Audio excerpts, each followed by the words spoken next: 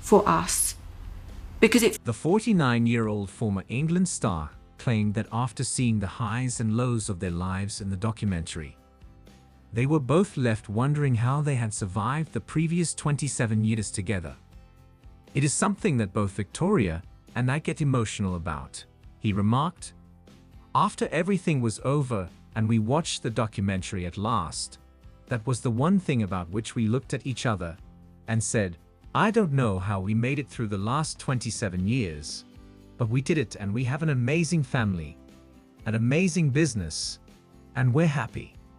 And sure, everyone knows that after spending so much time with someone, there will inevitably be ups and downs.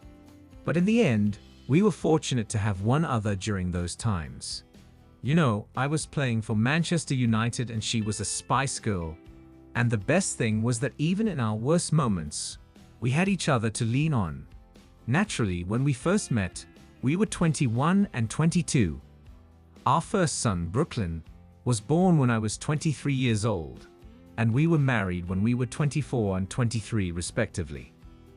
This added another level of responsibility to the family, as we were now responsible for our son. After first getting together in 1997, David and Victoria were married for 24 years. They currently have 4 children: Brooklyn 25, Romeo 21, Cruz 19, and Harper 12. Read more. As a new generation of young churchgoers is drawn in by chart hits, the priest at the Sunday service for Swifties is blown away. Read more. Police are searching for a thug who randomly hit Steve Buscemi in the face, leaving him wounded and injured. It happens at a time when the president of Inter Miami CF is occupied with a number of commercial endeavors, including those in the beauty and fashion industries. David said on the Jason Bateman, Sean Hay, and Will Arnett podcast that he considers himself very blessed to have achieved the career he has. And the one thing that I always wanted for myself, I was lucky to meet Victoria at the time that I did, was to have children when I was younger, he continued. Always wished to have children who would accompany me throughout my career, and I consider myself fortunate to have had 3 boys who saw most of the teams I played for grow up. That was a truly meaningful aspect of my life. The celebrity also disclosed that in the past, he had been approached to direct a documentary right after retiring, but he wasn't actually ready to look back. Just 8 years had passed since his retirement when he felt prepared to talk about producing the documentary.